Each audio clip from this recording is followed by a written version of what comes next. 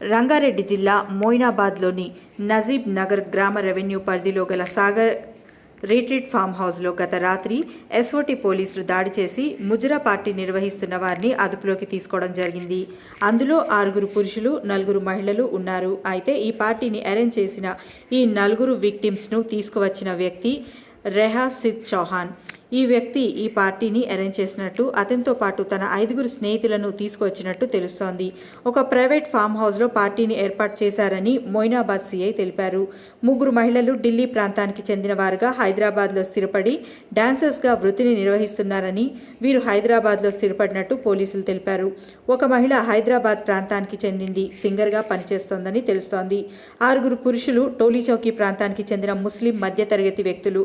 వీరు వృత్తిపరంగా మటన్ షాపులు నిర్వహిస్తుంటారని నిర్ధారించారు పోలీసులు.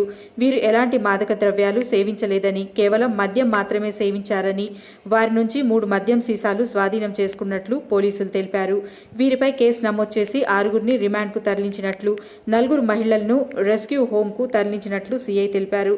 అలాగే ఇలాంటి ఇల్లీగల్ వ్యాపారం చేసే ఫామ్ హౌస్లపై కఠిన చర్యలు తీసుకుంటామని, ఏమైనా పార్టీలు అరేంజ్ చేసినప్పుడు తప్పకుండా పోలీసు వారి పర్మిషన్ తీసుకోవాలని ఆయన కోరారు.